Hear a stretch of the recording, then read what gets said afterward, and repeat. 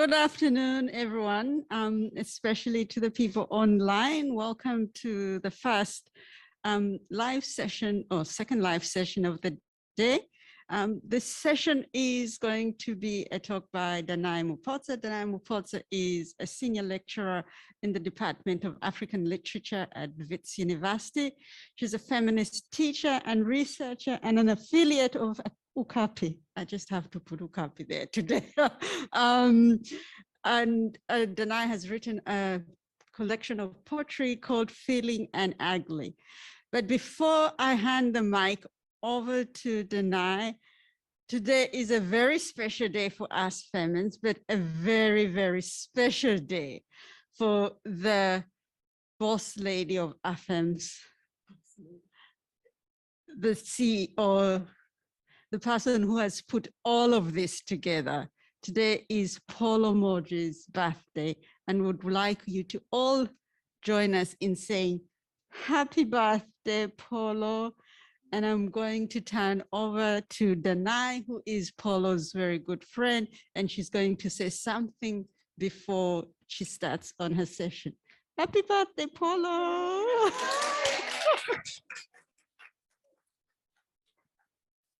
Like I'm not the auntie to be given a speech at a wedding. I'm not the one. But are you dying on the inside? I just want to say happy birthday to my friend. Me and Paula met at a conference as we were postgraduate students. We're about to hand in our PhDs, well, close to it, almost. And then we went out and had lots of wine. And then I said, you're going to be my best friend. And she said she doesn't believe in that. And then I harassed her until I didn't harass her because I didn't harass other children. I just was present enough that she became my friend. And so we've had this long friendship, and you are incredibly wonderful and hardworking and kind and generous and beautiful. And then she ran away to Cape Town. So, you know, this also happens. But it's good to see you so happy and so settled and so wonderful. Yes.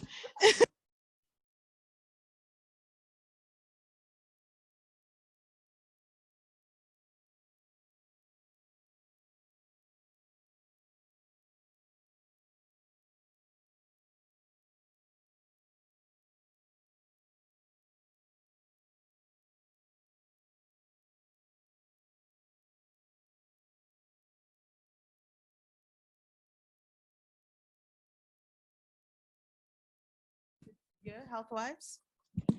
And so when the session happened,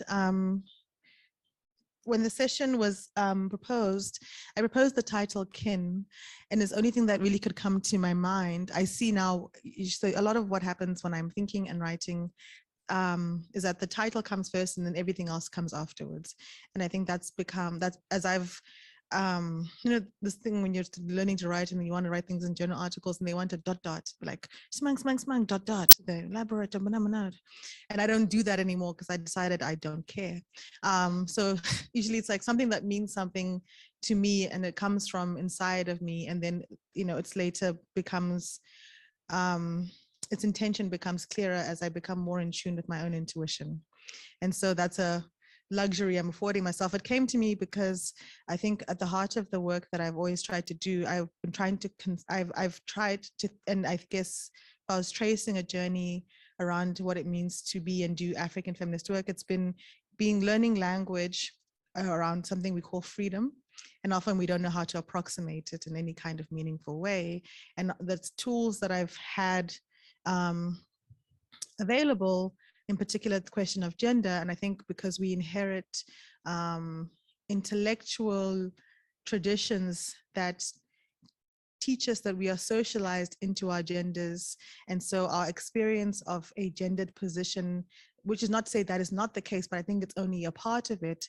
I think that, I mean, and it's been said by many feminists before, that dual sex gender system often doesn't fit into the positions that we actually emerge from in our own family and relational networks, i.e. so thinking kin for me is that I know that I have many situated positions, whether I'm a daughter or a sister or a lover, or that all of those. So prior to learning the need for a word like intersectionality, you know that you're constantly shifting in your own situations and your own relations of power. So you know that power itself is conceived in relation to others, and it's always a condition of freedom and constraint. And it's taken me a long time to be able to say that and move out of it, because I operate in this body, and to theorize in particular as African women in the bodies we do, when people read us because they don't know how to read us other than as objects of our own research, i.e. we can't get that it's theoretical because you're just an empirical object, that even the reading is so racist in its method, right? That actually, so any kind of articulation of a question of freedom is understood as you are seeking freedom because you are constrained by your kin, right? And that's then the kind of, so that's been the kind of long premise of where my questions come from, but also the long premise of what I've tried to grapple with. You mentioned sovereignty earlier. So even what is the sovereign subject? What is, for me, because to be in relation with others is what it is in part to be a person, a human. And so and also I think part of what happens in these spaces that we operate in is that we often are required to chop ourselves into pieces. So you don't believe you have a soul because the university assumes that it is secular, and then you behave as though we are all living in a secular space, when that is a very specific historical fact that is deeply rooted in the, you know, all of the, at the heart of all the kind of isms that we're living through, but it's just taken for granted, for example, or that the body's location or how we inhabit our bodies comes after. And so when I was imagining this, and then I had to think about how to do it in an hour and what can open and close, the prompts that I have were partly intended potentially as writing prompts, take 3 minutes, but I want to keep them and then just speak through it so we have time to speak together. And then I think what I am was inspired by and watching Monique and Melandri speak yesterday. And I'm like, I was like, who wants to hear my personal life stories? But I'm like, I'm going to tell you my personal life stories while I go through the prompts. But the questions are also meant to be prompts to I guess, I'm thinking about how we are habituated or are put in habits of being also in spaces, including spaces that are meant to be freeing, like feminist spaces themselves, in particular in the university, where it's also, this is a professional space. It's a space of endurance. It's a space of microaggression. It's a space also that produces its own habits that, so any kind of capacity to articulate freedom is also immediately constrained by all of the, and then everyone is burnt out and confused. And so the other part of how this merges is then, this is just after I've was in the hospital for a long time because I had brain surgery because I had a huge tumor. And I was thinking, even the discussion yesterday on, and I was on like 7 to 8 pills a day to keep me up in the morning and keep me very capable. And I was very sick for a long time, but I was also very capable. I'm like, I was saying to my kids, I'm like, I mean, I'm very capable. Send me to accounting, I'll be great. I'm very capable because also part of, I think, what operates in terms of how we understand what it means to be alive is that we are so invested in being capable. And I think we've also over-invested in our capabilities within these spaces that you go kill yourself to stay alive when you actually were sick all this time. There was no time to take a pause and be like, and so I'm also engaging that question of what it means to be capable in environments such as this, which is part of what this process is. So the first prompt I had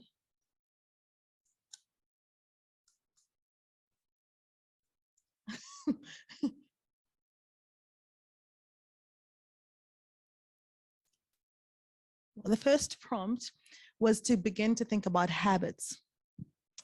And I think thinking about habits as opposed to socialization for me is another way to think about the body as not just this thing that its materialness follows what your brain says, but a kind of multiple forms of cognition and capability functioning at once. So one habit I've been thinking about, so when you go to clicks and you arrive and you enter and you're already on alert, you haven't had a conversation, but you know to look busy, even make a list to show you, and then someone's like, can I please help you? And you're defensive. The person is trying to help you, but you're thinking, I'm fine, I know what I'm doing.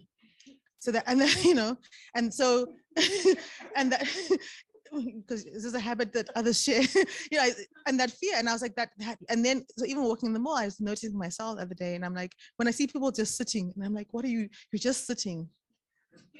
And then, because my habit is to look busy in the public, and that looking busy, of course, before I went to school, I picked up the habit that in the body that I'm operating in, if I don't move like I'm doing something, then I can be policed. So therefore I must look like I'm doing something.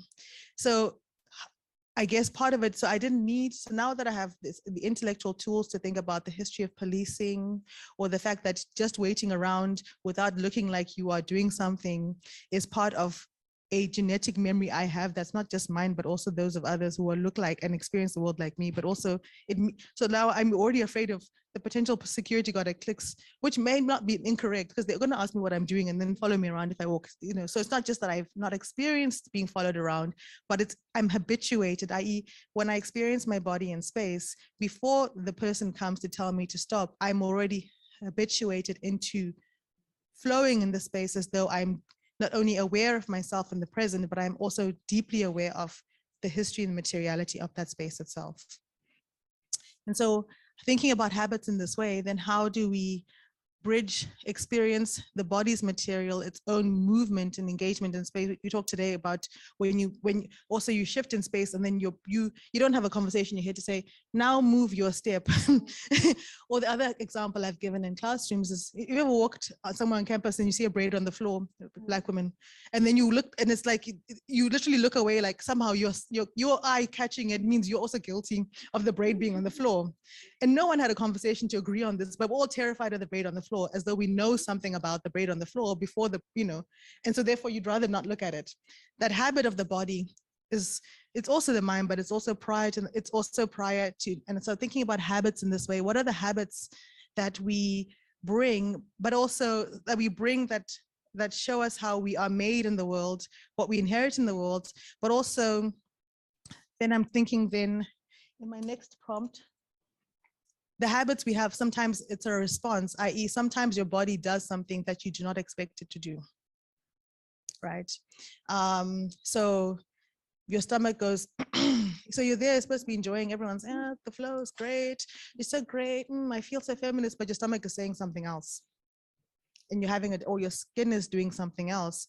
And so, and that habit, so, and then part of what happens, so that intuition is, I think, also habitual and habituated, but also the capacity to make it stop because it goes against the flow of what is operating function. So it's, I think thinking habits is these multiple things that happen, that can happen, that we get used to happening, that happen also against our own will, as multiple and as opening and as reaction. So for example, me learning anger, I think anger in many ways, and prior I realized what I'm angry, this is my body is telling me that there's an injustice happening, and then I want to respond. But even how I was managing those emotions for a long time would be, then I need to put it somewhere because I still think anger is wrong. And I think in the last few months, I've been like, oh, that response that I'm having where I feel like I want to burn everything down, that's also might just be like, I'm going to say, please don't do that anymore. I.e., I don't have to act in anger. I may simply be, my body's alerting me that a boundary is being breached, that I need to stop it from going on, as opposed to I'm going to be like, because, and so here there's a difference in understanding the body's reaction as the anger is an awareness I have that my boundaries are still in place to be protected, and therefore I can respond to it. And then the habit is, the shift in habit would be, oh, it's not just a diagnosis of a problem, but it's also signaling a response that I may have to protect myself and others in terms of creating the space I'm in and the body I'm in to be safe in conditions that may otherwise not be the case. So habits in this way.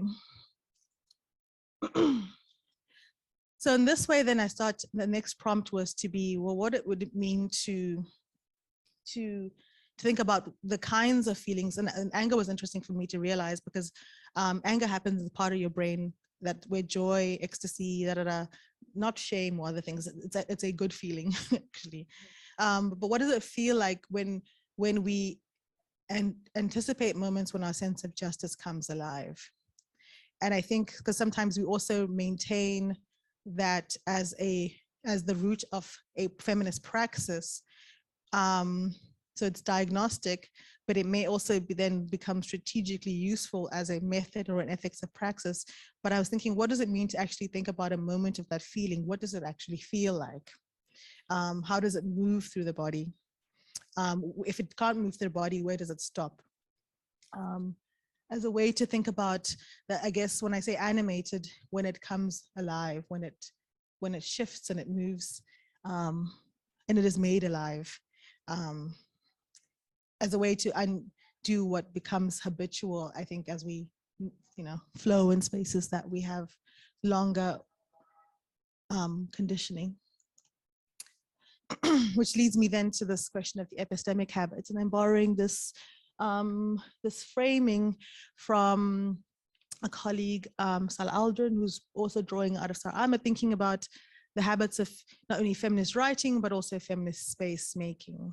And so words, concepts, ideas, practices that we use to shorthand to reference. So when you enter the space when words, and I'm speaking here from a kind of an intramural practice of feminist space together, that things we take for granted, things we no longer feel like we need to explain to each other anymore. But of course, what they do is they create an environment where we simply assume it's already established, right? And so what that also does is that then the habits that are formed in the space are difficult to challenge because there's a presumed consensus, even though the consensus was never actually established. Or that if one is not tuned into a specific vernacular of the habitus of the space, then one feels as though they are not tuned into the habitus of the space. So sometimes it's the familiarity of the gesture of who do I know and don't know, and then accumulates to other kinds of prior experience, or sometimes it shows up in our epistemic. And I say epistemic in the sense of our knowledge making, our referencing also. So even as we negotiate intramurally who our lineages are, that who and how we engage and speak to each other, in part, again, that produce that habit of who comes up and comes up, means that it also creates a space that seems like an environment that is pre-made, even though it's probably hard earned. And I think it's also intensely so within African feminist spaces, because you've got the world out there being like, well, you're not global or universal, and people are still reading you as though I did 25 years of working on this for you to be like, she was having a hard time as a woman, and you don't know how to actually, so, and then, because I think the other part of what the battleground is that people do not know how to read our work. They do not have the tools, because they do not have the tools to imagine that we can think, or that we have an interior life. So they can have all the wokeness in the world and be like, I'm referencing Marx, but they don't even begin to understand actually that what you were doing was engaging in, and so I don't do the separation of, well, this is the empirical and this is the theoretical and this is the performative. That capacity to fill language. So a poem can be this dense theorizing, can be all of those things can occupy. So for people who are monolingual, i.e. one idea at a time, discovery, Christopher Columbus, you're there watching the same thing. The person's like, I noticed that African women have two things they do at once.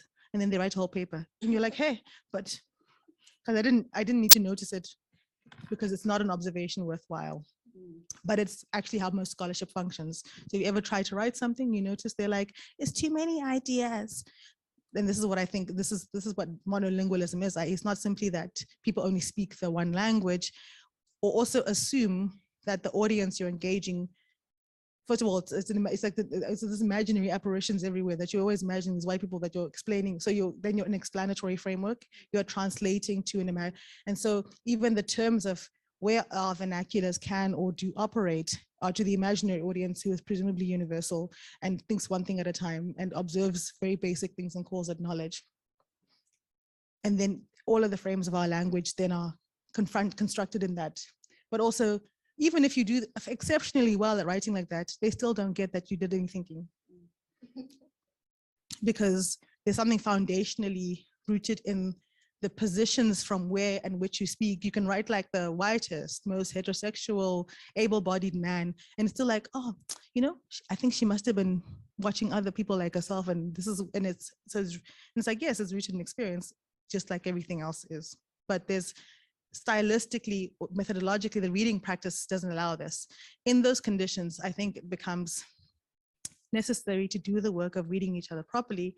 But I guess what I'm trying to point to also is in the habits of gathering ourselves towards each other, in the midst of all of that frame of reading and writing, and also our own constraints in terms of how we pick the languages that we write in ourselves. Because you're also a person, you want to be legible, you want to survive, you want to be capable. And so if someone is telling you, this is not, the number of times I've received feedback from some person who can barely piece two sentences together, telling me that I'm not writing in English, is so many that I'm like, okay, let me withdraw and write somewhere else where someone understands that I'm speaking English is just mine and yours is terrible. You know, because what it is that they do not understand the ideas, and therefore your English is the problem. So in the midst of that environment, I think it's quite difficult and complicated to think about how we form our own intramural conversations about these epistemic habits. I think the other thing then that happens is when we want to fill the space with each other and ourselves, sometimes you also don't read each other properly. I want Polo there, so I'm going to be like, and then as Polo Moji says, but also the kind of dense infrastructure of actually getting to what you were trying to engage in your work is missed. Also in the same habit of, and so how do we read each other generously? And this is not to say I mastered and I'm the real scholar who read it properly and you didn't even read it properly, but the number of times I've seen people whose work I love and I think is incredible just wildly misreferenced because the person knows that person's name, and so they thought it was the good Black woman to put there. This person has nothing to do with this. And then that habit of disfavor, it's a disfavoring habit also in that sense. How do we have these questions about this aspect of our environment, or even when something comes up that we don't anticipate because we're not always fully engaging with the habits of the space, the habits of the space itself? So for example, in what ways does able-bodiedness shape or inform what normative assumptions we make about even in how we engage, or our cisgenderedness also shape even how we articulate what the kind of grounding orientation of our conversation is, or what we share prior to some presumed consensus we have in the first place. So I often find I had one specific example of an experience of reading someone's work, a graduate student who had attended a feminist conference hoping to find themselves in their kin, and couldn't find a space to inhabit the space.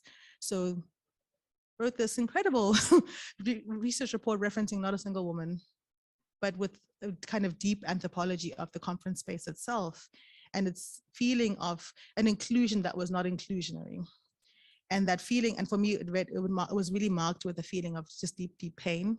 And then I was like, also these people who supervise us were just like, they were like, this is normal behavior. It's not normal. It's not a normal thing to finish a whole thesis on African feminism and not reference a single. It's just, it's not normal. For me, so I would have been like, there may be a problem that is rooted in pain as opposed to being accurate or being correct, or being ethical, which I think is often our impulse. And I'm like, this is something that's rooted in pain. And what does it mean to then think about the habits of the spaces we operate in, notwithstanding that most of us are trying to inhabit spaces that don't want us to be present here anyway. And so even when we are capable and can move into and across the locations and succeed and get promotions, and that we're all like, you've got nerves because it's not normal. This is not normal. This is not a normal space. This is not normal. There's nothing normal about this. This is, you're fighting yourself every day. Your own body is going through the most. You're giving yourself pills to show up at work in places you don't want to be, in front of people you don't want to look at. This is not normal.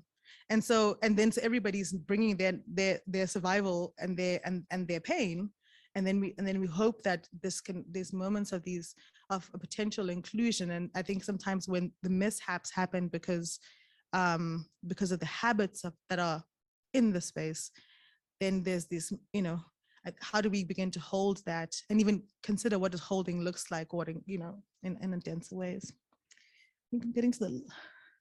So this is then what comes to this question of freedom that I wanted to begin with. And I guess because I believe in the relation of myself and in relation to others, that things are always conditions of freedom and constraint. And so, and yet the conception of freedom is so central to what it means to begin to imagine a feminist consciousness. You're like, I'm hoping to be free. We want to be free, but we don't know what it looks like. And so I suppose I wondered what kinds of experiences or moments that felt like, and I said approximate, the most approximate thing towards this idea, and what that intuition would be if one begins with, my body felt this thing in this moment, as I was in the river. what was that approximation like, and what would it then, because there are things that we can put down, like it would be good to have good food that does not poison you and did not destroy the earth. Those could be things that we can approximate as freedom, or a relation to myself and the land and other species that is not violent, because it frees me of having to go to work so I can go to the supermarket to buy genetically modified nonsense and then call it freedom because now I'm shopping at Woolworths.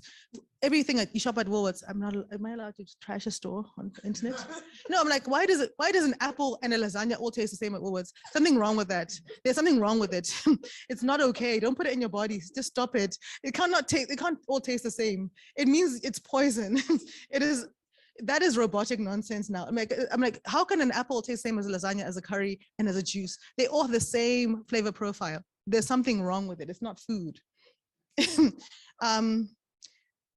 maybe, okay, let's say, that's my version of freedom. No.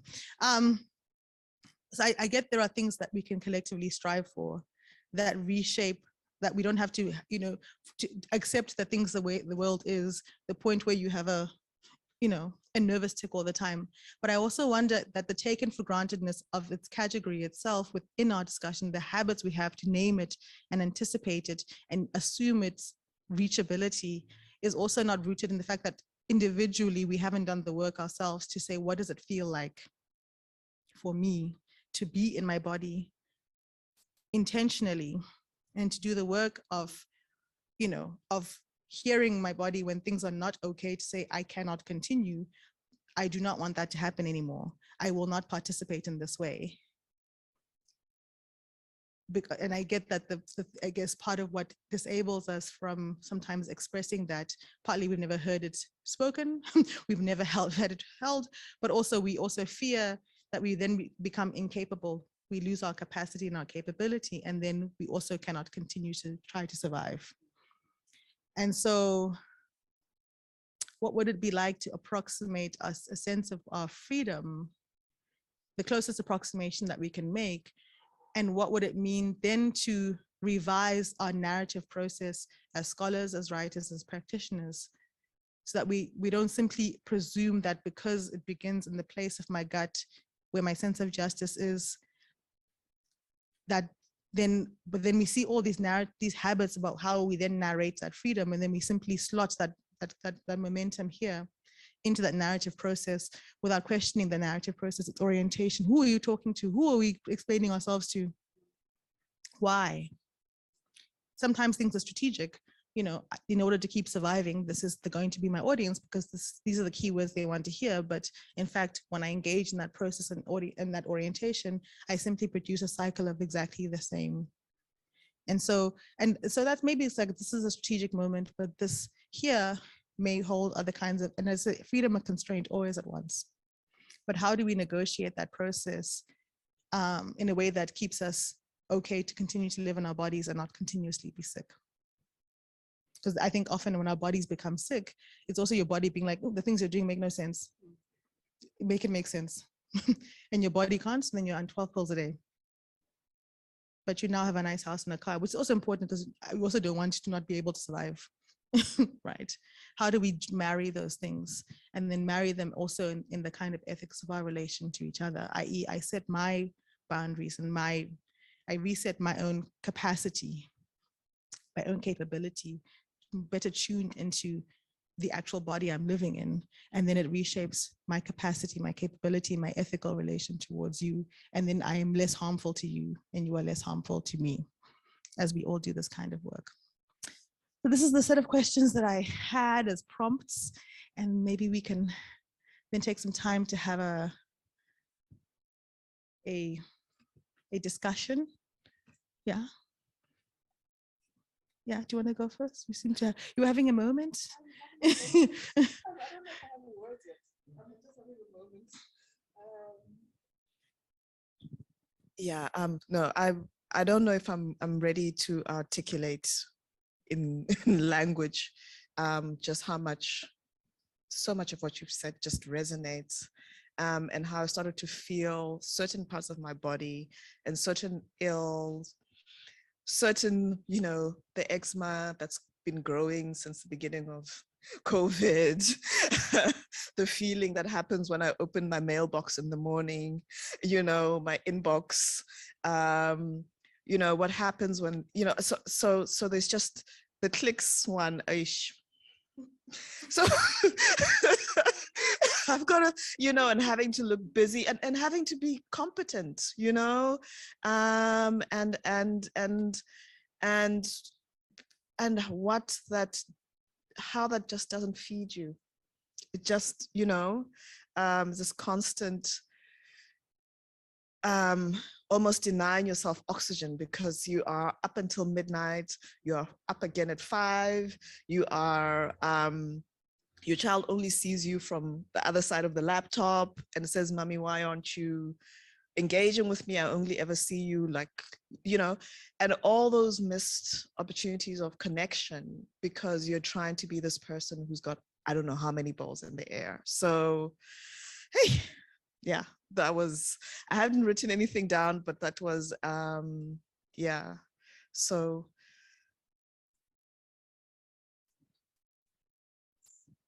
I'm not going to do a circle. Sometimes a circle is nice. Push people into a circle. Okay. I'm just reading from online. Yeah. So Anne Keaton said, people do not know how to read our works because they do not have the tools. Amazing. Yeah. I think I can actually, let me just speak a bit on that. Because I remember last year when I was doing my my honors long paper, and my supervisor came back and said to me that there was, I think, one, I don't know if you were there, Linda, in the room when it was discussed, but one lecture that said the way I was writing wasn't, I don't know if they said it wasn't academic enough or it wasn't the way that it should be. And I think one person then defended me and said, no, like the ideas are being articulated. It's okay the way it is. And I've sort of kind of felt like when I write, it's not like, I don't use like heavy academic jargon, I don't think, and I struggle sometimes to like, okay, which words should I use? How should I express this in a way that will be understood academically? And I tend to also, I guess, personalize a lot of things and try to like relate things on a personal level and bring in like different experiences, the things that I've seen, the things that I've experienced, because that helps me to just get everything in my head. Because I just, yeah, the way I sort things out is that I look at every single thing. So I'll think about it academically, relationally, personally, all of that, and try to put it together. So sometimes it seems like it's like personal, but for me, everything is connected, like everything is linked and together. And so she then said to me, don't worry about that. Just write. Your ideas will come through. Just write. The work you're doing is important and just don't worry. So it was very like reassuring. And I was like, okay, so I can breathe. I don't have to like try and like fit my writing into a certain way so that other people will, I guess, understand it with the way that they've always read certain things. So yeah. Are we doing the circle? Okay. Hi everyone, thank you so much, Danai, for that, for your sharing and the way that you articulated it through prompts. I think it's really wonderful to see not just the end product, but also kind of the process that you went through to get to where you are. Sonia and I were having conversations yesterday because we were fortunate to watch kind of the second half of the conference together, and I think we were talking a lot. I think I mean both of us all three of us actually moved to Cape Town to start our master's program at UCT, and I think we all found each other quite quickly because there's almost these unspoken rules of how you write and who you reference at UCT, and coming from very different institutions, we all didn't know what those unspoken rules were. And I think what we all ended up doing was a lot of compensating, overcompensating, and really like going very, very deep and feeling like we just needed to read more and you know, read the right things. And I think we recognized that perhaps in some of our classmates who, you know, had been trained in the UCT way of writing and referencing, that you know, what ended up happening is that there's very little like innovation and creativity once you just, and there's not a lot of work put in anymore, right? Because you're just kind of, you know that you're going to be graded a certain way, and you know that you can get by on your writing skills, or if you reference certain people, whether or not you engage or challenge their ideas meaningfully. And I think we've all, just reflecting on this conference and the role we've played in each other's kind of, oh no, I'm speaking for both of you, but the mic is going to pass. Just reflecting on how I think we've also kept each other very accountable and challenged each other and asked difficult questions on like ethics and accountability, and you know the research that you're doing, why are you doing it, and is this the right time, and you know, who are you accountable to? So I think those are just kind of seeing the friendships and the relationships, I think, within this conference has made me reflect a lot on the relationships I have and hope to continue building. Yeah.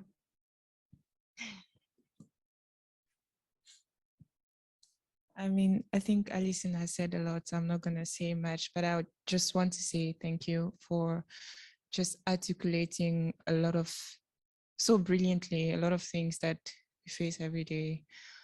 Coming to this space, and just for me the highlight was just understanding that the idea has nothing to do with the English, because someone who has English isn't my first language. My country is Francophone, and so like coming into a space where I have to prove that I can speak English, and also prove that I can speak English in a certain way it's been challenging, but then just being in a space that acknowledges that is somehow freeing. So thank you. I think one of the things that I've been thinking a lot about is how I really liked your third or fourth question about experiences of epistemic habit, a feminist epistemic habit.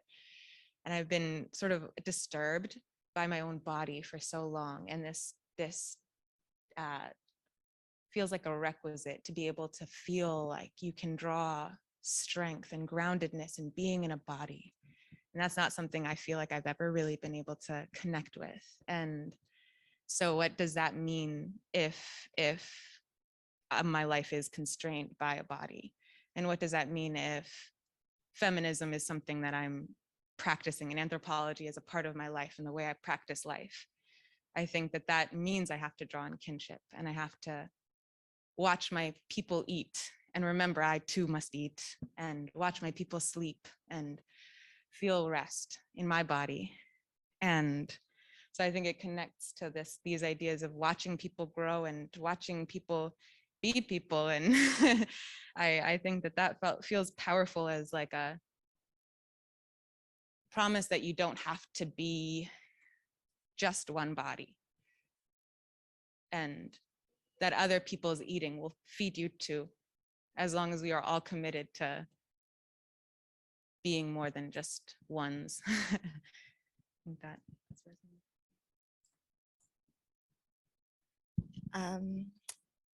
So I'm thinking about someone yesterday between Monique and Melandri, I don't know who it was, said that they felt like, feminism gave them the tools to really begin to think and express the violences that they had been through growing up. And when Danai was saying that, people don't know how to read us, I started thinking about what these two women said yesterday, and that, sometimes we're made to feel like we don't know how to read ourselves either, but we do know how to read ourselves, but people just don't understand our vocabulary. And then they make us really doubt, like, do you really understand what you're feeling? Do you really understand what you're trying to say?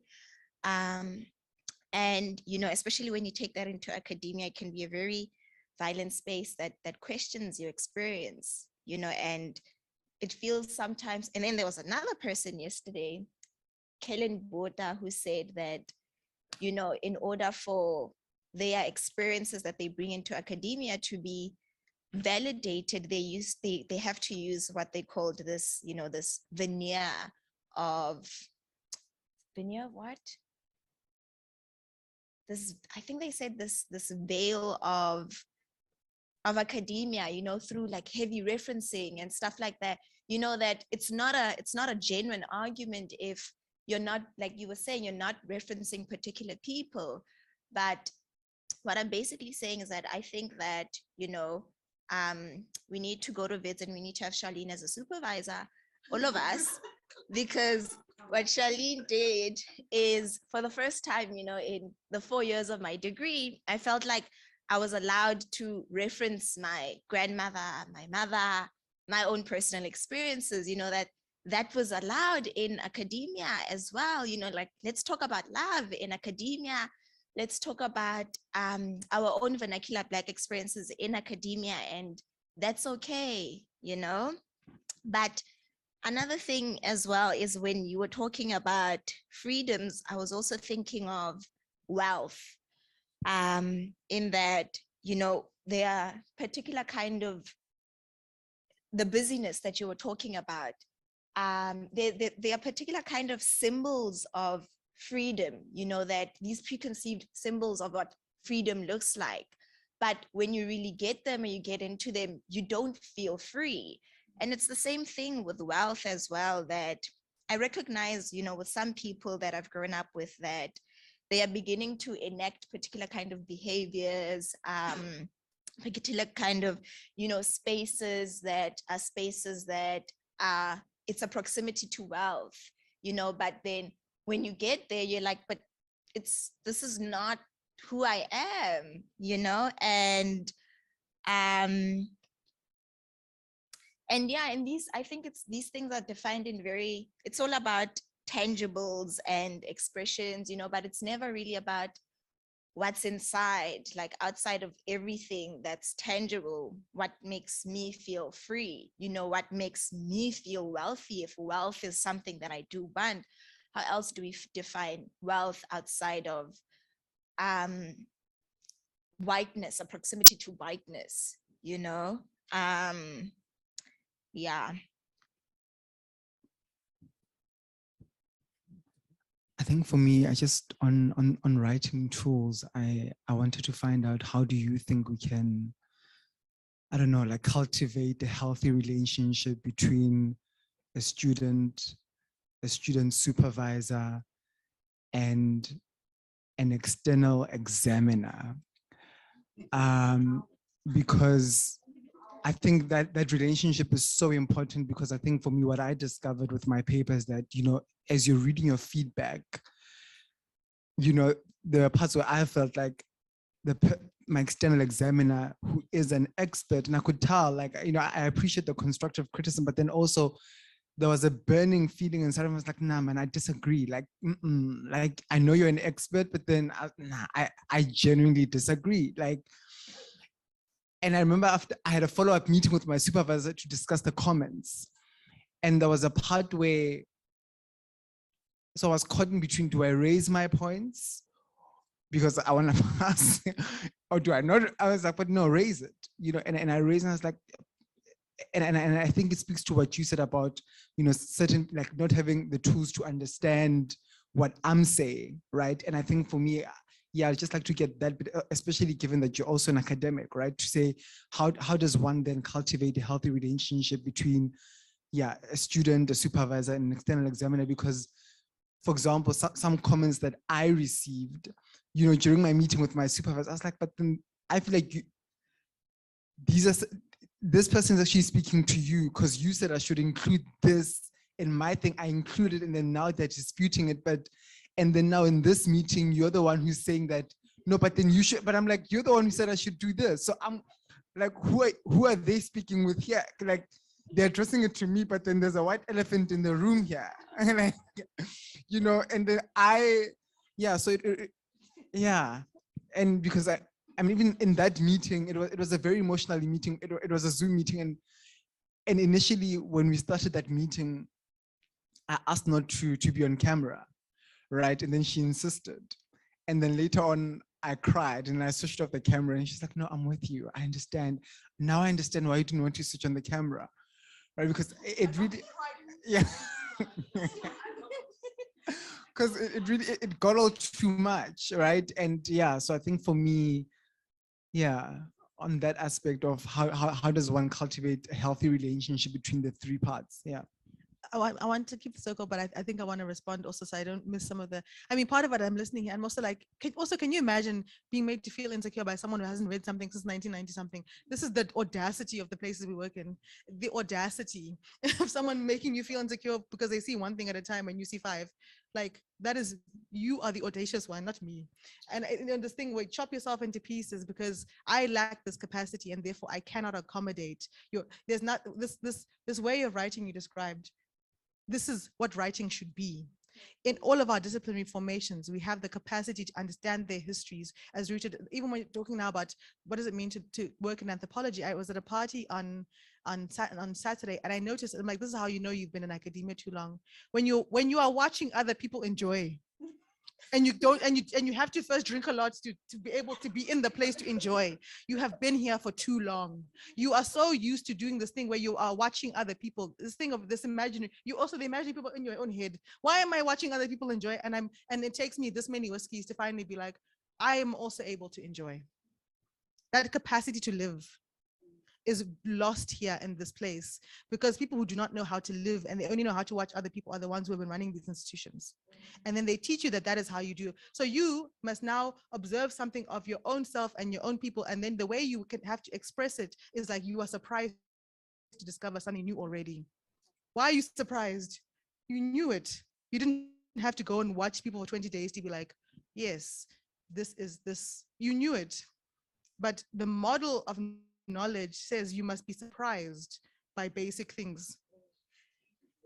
And if you cannot express in writing that you are surprised by basic things, it is not academic enough. It is not rigorous. And therefore you can say, and then I compared it to Brazil and India, hey, because now I compared it to other places in so-called the global south, and now it's legible. Nonsense. This the audacity of mediocrity is so much. It's audacity. It's audacity. We're going to keep the bare minimum as the standard of what we call universal, and then act like it is not an issue of power. When it is an issue of power, the mediocre people must also deal with that. Go be surprised at home. Go and learn how not to enjoy. And the fact that you're sitting there, you cannot handle people having joy in life, so you watch it, and then you say, "This is how you do scholarship."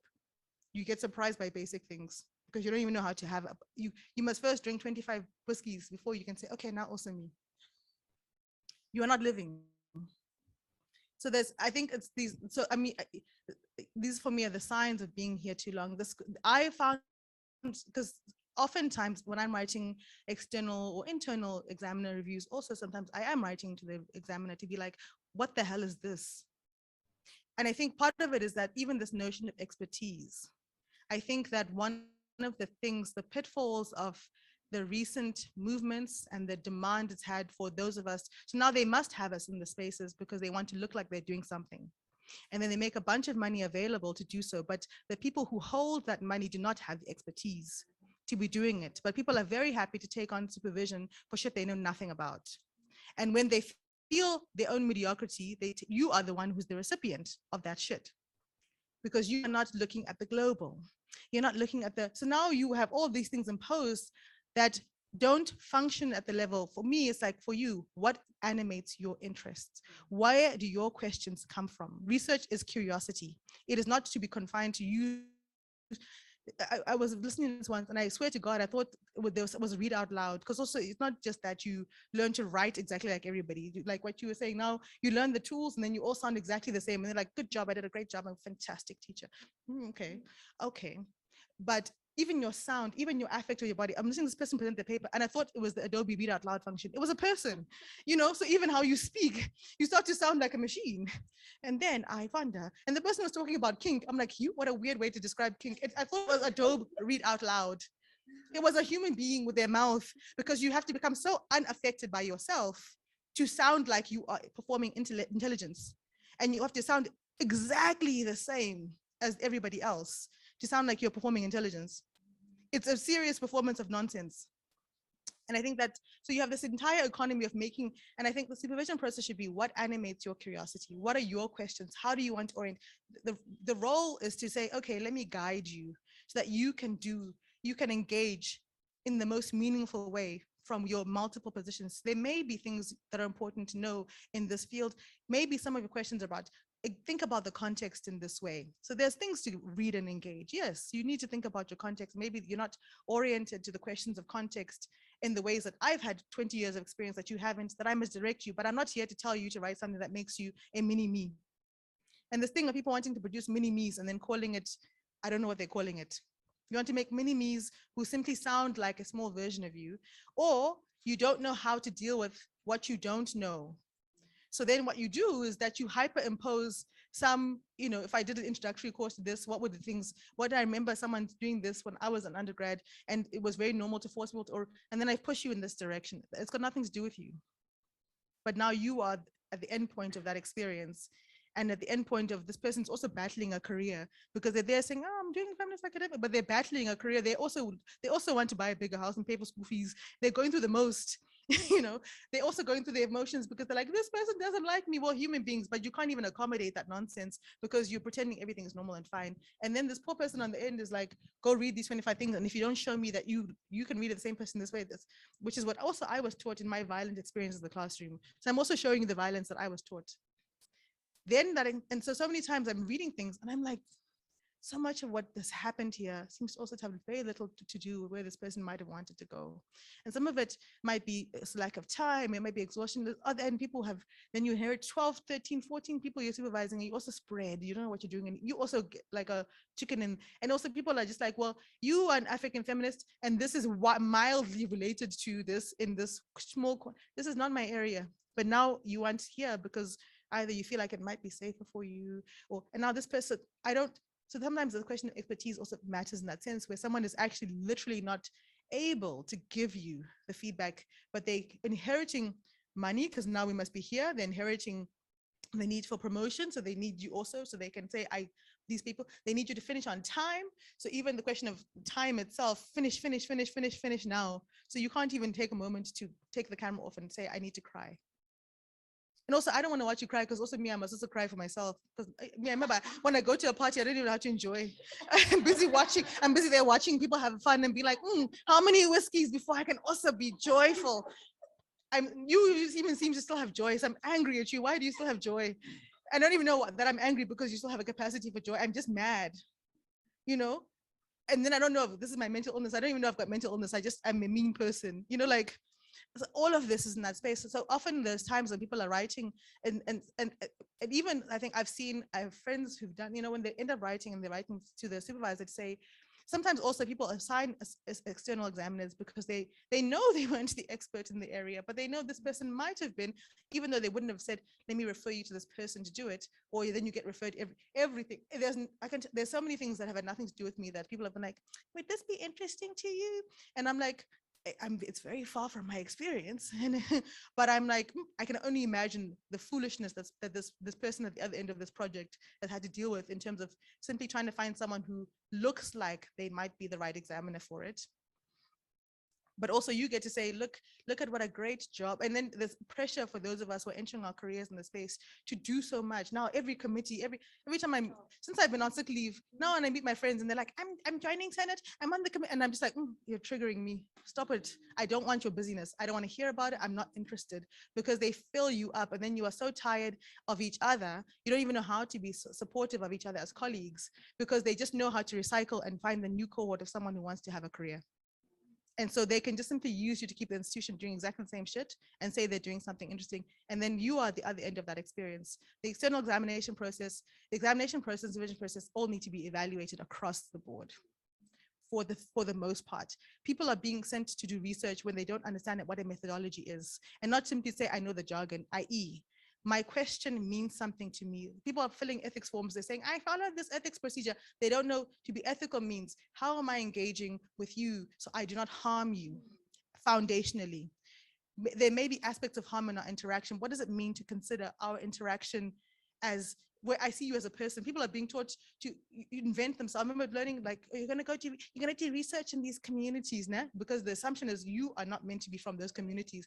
So now you must invent a version of yourself that has to be like, when I enter the community, or even, people be like, well, I spent 6 months living in this place. Like, it's like you went on Indiana Jones, and that's real research.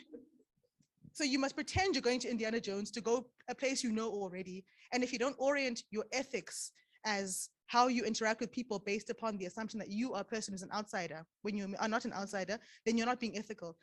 That's not a definition of ethics. There's no intentional discussion of what research ethics has been, because ethics generally are founded upon discovery model, Christopher Columbus, surprised by new things that don't make sense, the audacity of mediocrity. And so that's the frustration. Then you are on the end of that, and you're carrying the emotional brunt of it. And then the person who's writing this other report, even what they perceive as expertise, it's also, they're triggered. They were triggered by, because they're not like they haven't written thesis themselves. They're watching this and they're thinking so much about this has been forced to not be about you. And then they're remembering their own experiences. And so all of that melting pot. And then this report comes as 12 pages long. Hey, for a paper that was 45 pages, that's almost half the page. What happened? This person was triggered, So probably also cried in their house,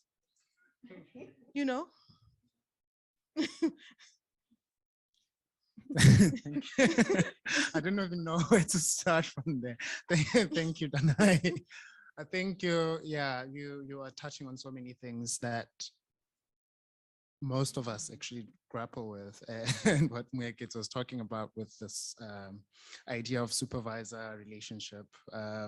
It's something that sometimes I enjoy it, sometimes I don't enjoy it. Sometimes you ghost your supervisor. I even said that to my supervisor. I'm like, I was actually ghosting you on purpose because I really don't know where I am at myself. I don't know how to move on from, the last conversations we had. And so for me, when I think about some of the prompts that you mentioned about freedom and things like that, like this one example, I was participating in this other conference, which was in Berlin. And I'm just thinking about how the reception of my paper was compared to the very same paper that I presented within, here in South Africa. And the difference between seeing people's reactions and their comments afterwards, it's that, that white people smile thing where we don't know whether we're enjoying it. And it's like, oh, it's so great, but they didn't understand what they were saying, what I was saying, right?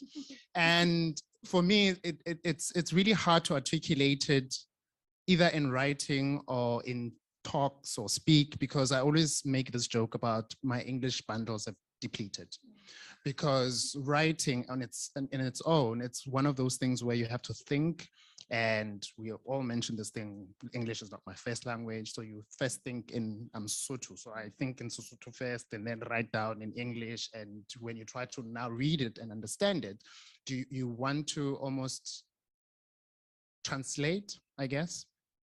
And it's one of those things where when I think about the Germans, the way that they were doing the things, I don't know whether they were maybe understanding me in English or in German, or because it's really confusing. It's like they really love it, but their expressions on their face, it's You don't know what that is, you know, whether you should be happy, because also being in a conference or speaking in public is very daunting before you even do anything else. So you are hoping for a good outcome, whether from questions, comments, or anything like that. But when you get that reaction or you are in limbo. You don't know whether, is it a good feeling? Is it, you know? So I think what you've touched on so many things, yeah, I'm thinking about that. I'm thinking about it. And especially for me as somebody who has that thing in between his legs that also sort of tells a different story, right? I was listening to your presentation yesterday, and I also so my interests are in masculinity, right? And for us in South Africa, it's really, really, really, really like a small little group. We have your Kopanoratele, your Maluselanga, who we look up to as people who look like us, but everybody else is just like, okay, cool. We all feminists, but men, let's forget about them. They are the problem. So let's not deal with them. So for me, it's a really hard space to be in academia. It's really, really, because I have to think about what I'm saying, in whose company. I have to look, you know, like when I was in honors, it was like just now, it's just the two of us as men, you know? And I really question that a lot. And what does that really mean for the future of us, of everybody else? Because men are now scared to be in this kind of space. They'll rather go to engineering, they'll rather go into all these other hard sciences. And yeah, so what you were talking about, I really sort of, I'm breathing it in and I'm yeah, it's making me think. Yeah, so thank you for that. Sure. It's a very powerful conversation to come into for me because I feel like I've just been pooped out of a PhD, and I took a long time to just reorientate myself and figure out which direction I'm facing. And there's also this thing of academia calling you back to say, no, come and plow these fields. And I think I've always worked better when I could parachute in, do my thing within a context, and then leave. And I'm so terrified of the unfoldment and listening in great detail to what you're speaking about, you know, makes me feel like yowzers. Okay. And when you spoke about freedom, what does it then mean to create the spaces that are, to create and be part of, in community with other spaces that are really nourishing, to make that pothole really, really rich and alive, so that even if I do have to come in, it's not, yeah, I don't think I can, it's terrifying to think about that kind of, the level of unfoldment. So that's one bit that I'm sitting with as I listen. And then the other bit is, as a young supervisor now, so it's that thing when you're co-supervising and you've got super senior people and they're just going about their business. It's very, and for me, it felt like when I did the doctorate, it felt like I spent so much time standing.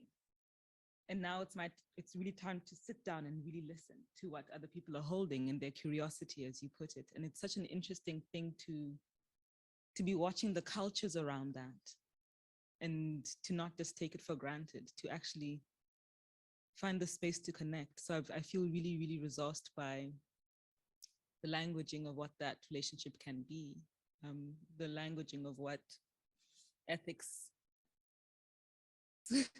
and daunted by the championing of that in a space that's quite deaf, and that goes into autopilot so often. Yeah, I feel like it's always side conversations with younger students, just been like, forget about that thing. It feels, yeah, I need to be much more robust about that relationship, because I can see there's so much eroding around it. So just some thoughts that are coming up.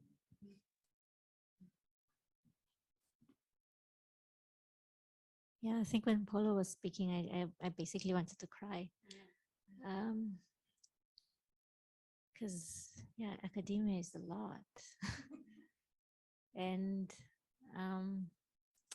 you know, beside the house and the car and all, it's also about just holding ground for a lot of other people. And, you know, understanding that if you don't hold ground, then things like Afems is not possible. Because these things are birthed out of these spaces. A lot of other good things. So out of that kind of institutional violence, the really great things are possible. But it also, it's a huge price to pay. And you know, this year has been a lot, like, you know, just drowning, like, you know, it's like when you're drowning and then a boat like comes over you as well. And I think I'm not used to asking for help, because like from the time I was born, I've been the one to feel like I'm the one that's helping. And because this year has been what it is, it feels like I'm being taught the lesson to say, maybe not even say I need help, but to accept help when it's given. With this gorgeous human being here, for instance, like, you know, I can help a lot of students, but for instance, once in a while, a student comes along and turns around and says, thank you for what you've done, and sees you as a human being, not as a lecturer, not as somebody that the institution put there for them, but turns around and says, hey, you're a person and I want to be your friend.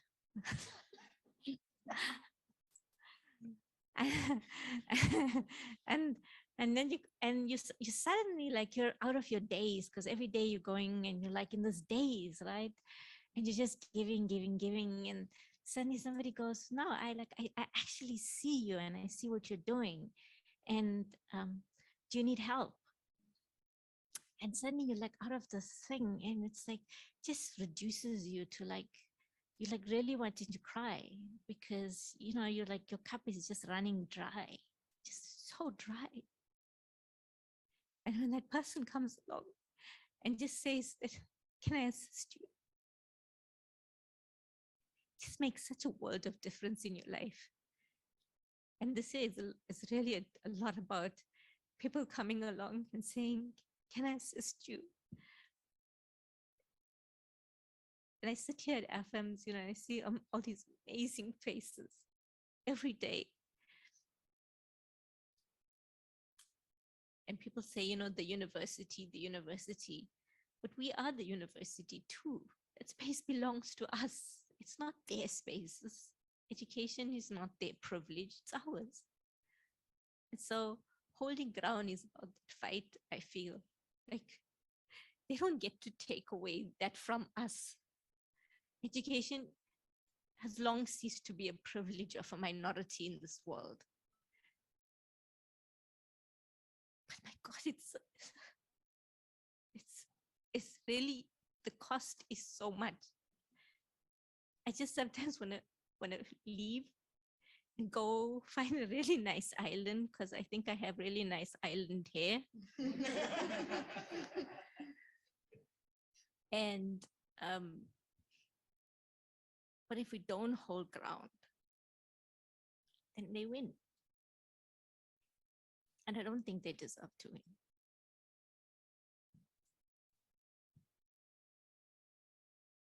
Hectic. Oh. I'll answer the last question, if I remember the question right. So, like, what is freedom? To me as an individual, funny enough, sorry, my supervisor is here.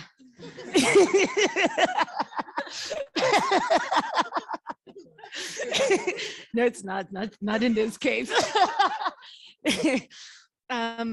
For my MA, I was grappling with that question.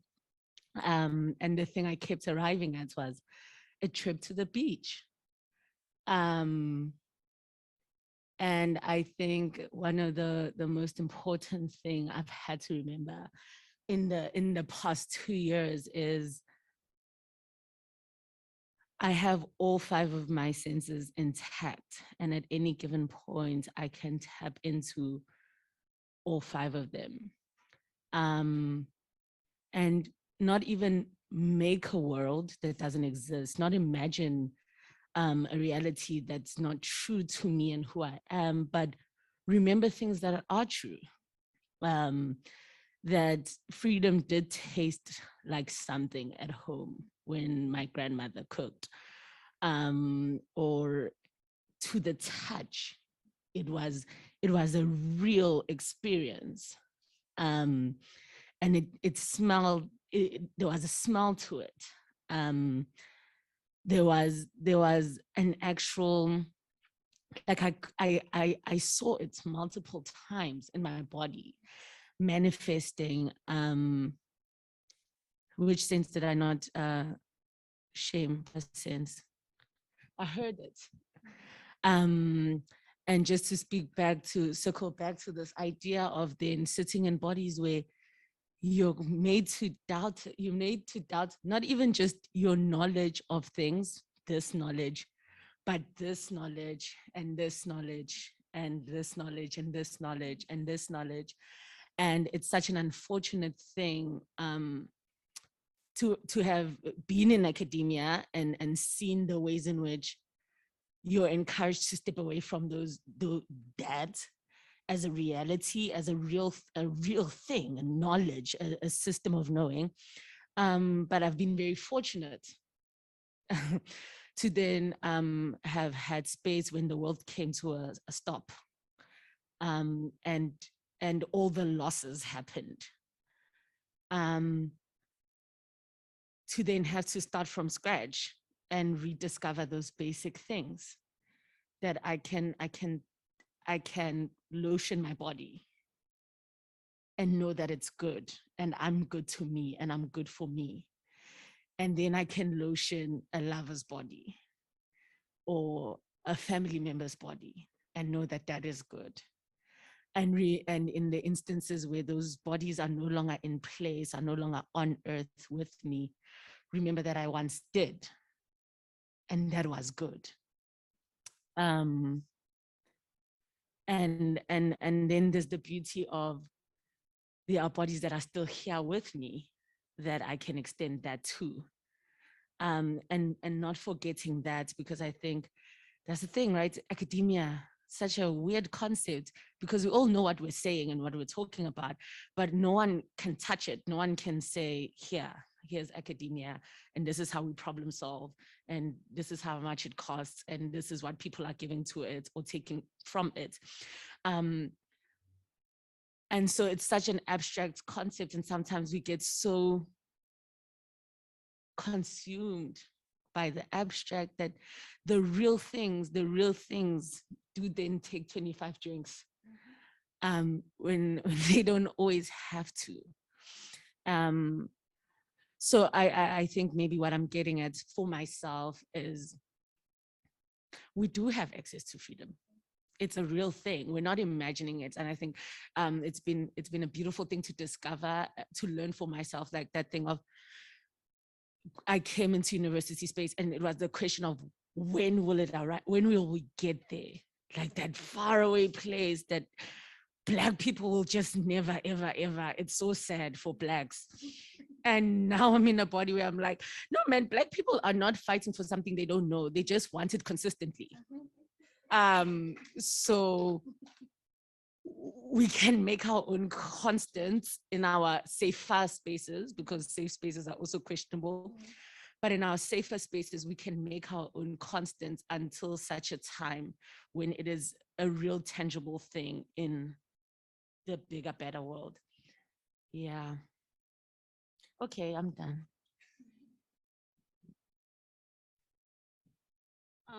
We've run out of way gone over time, but it's lunchtime, so we can eat into lunch. I don't know if there's someone on, we don't want to ignore the online people. I'll just say something. Yeah, it's just only fair that I say something.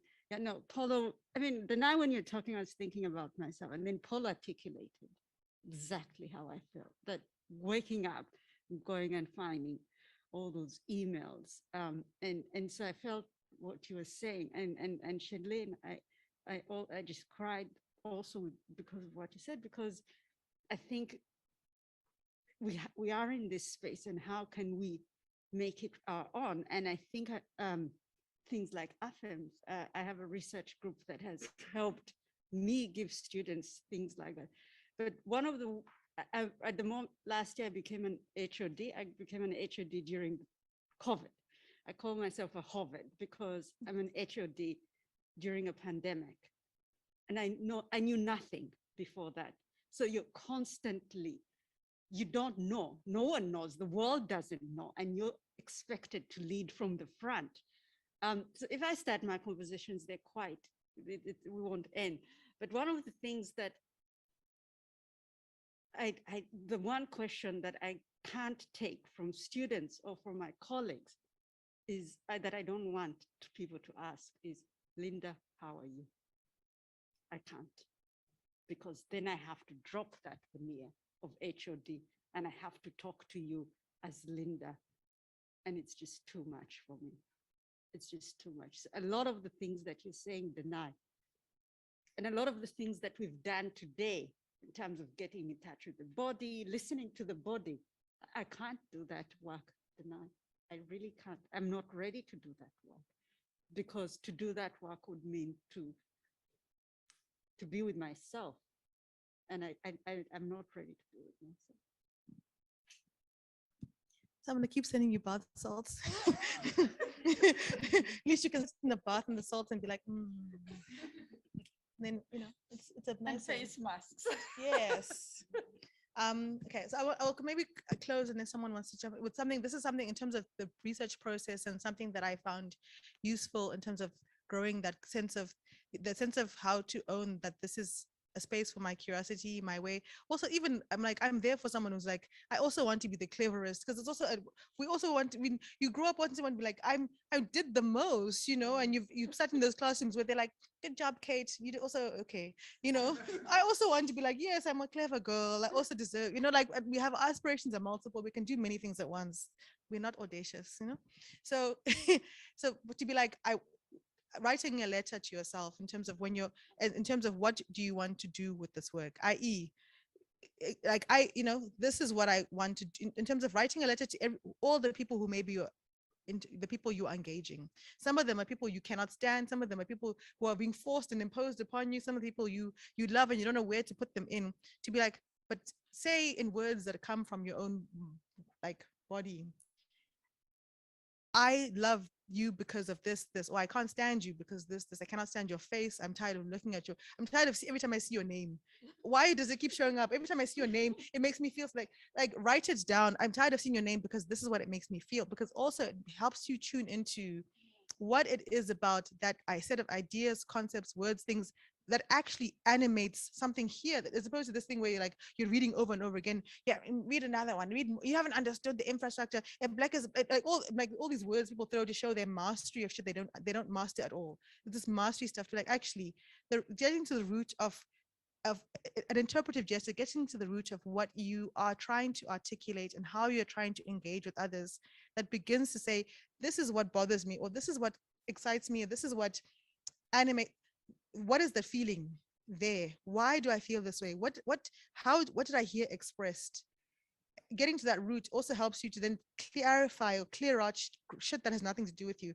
Actually, when you said this thing that really bothered me, the fact that I keep having to engage you all the time on this thing, even though you're not even talking about it at all, there's also this thing when you find scholars being put into the same space, or the same scholars over and over and over and over again dominating, when there's no clear discerning difference between what's going on, or they're actually quite different, but because there's two black men, we keep saying that, we keep referencing them together because they didn't have these people have the audacity not even to read those two properly themselves. So even you are confused, but they're not saying the same thing. You know that person doesn't, because that audacious person telling you how to read and write doesn't know how to read and write, you know. So what is it when I'm writing to you from here? What did I feel? Why do I feel this when I engage it? So that you can clear out the space of things that have nothing to do with you, and say, actually, let me tune into things that do have something to do with me. What is the place of that? And if writing it like a love letter, you just be like, This is the things I enjoy and love about what I'm thinking about. This is what I can't stand. This is what makes me feel insecure. This is where I feel like I don't, because this thing with like write a research question. This is the method to answer it. This, and then this is why it's important. That my rationale, it's important. Why is it important to you? Beginning there, why is doing this in this way important to me? Why is it important to talk to you and you and you and you? Why am I doing? And just a letter, just that comes from here without having to, this thing where you're like, it must have 25 books to look like you're productive. Even this thing, people like, you sit at a table or the coffee shop and there's 20 books. Who in one day, or on someone's Instagram, it's 7 o'clock, I've already had my second book. Your life is terrible. Who does, why? Why is that necessary? Like, who wants, like, I'm like, and it sounds so fancy there. You got it. I'm a plant mom and my 10 books this week. I don't want to read 10 books a week. I don't want that. I have other things to do. Like, read, I mean, I'm not saying don't read 10 books a week if that's what naturally comes to you, but that's not natural for me. And it makes me feel sad, that this, but maybe I read this one thing really intensely because it's doing something that I'm needing to engage with in some kind of way. And my intuition is not to be like, I'm the master of everything, but actually I want to sit in this intuition and then I can think about how I'm locating it. But my questions are here. And I think that question of the rationale becomes much clearer. Why am I doing this? Why is it, I don't want this to be painful anymore. Research doesn't have to be painful. I mean, everything can be painful because that's what life is. It's a swinging, but to be like, you're in pain for 3 years and then you're also paying for it. It's too many things to ask. It's too many things. And I think that letter to yourself, I think that's exactly what you're saying. I'm just, when I'm saying to you, people's emails are harassing to me. It's not even a small thing. Someone's like, hey, Denai, will I see you at 5? No reply. You see me or you don't see me. I want to be alive. I think for me, it was like literally being in the ICU and hearing people die. And every time my heart rate went up, the lights go on and everybody's there. And I'm just like, don't cry because then the nurses are coming. And I was just like, I'm going to do all of this to go and do that. No, miss me. Let me rather do something else. Like I just want to be alive, And I think that the fact that we're working in environments that require us to be so absent. I remember once I cut myself at a film screening and I'm bleeding. I didn't even feel it until someone's like, they're bleeding on your leg. I was so away from my own body. I did not tell when I cut myself and I'm bleeding. That's insane. That is mental illness. And not the kind that comes because it's in my body. It is a kind because the environment I'm in and I'm normalizing is not well. And I'm accepting to also not be well in it, Okay. Paul, is there someone who wants to say something to Denai? Yeah, there is someone. This is from Kundai Moyo. Who owes me an email?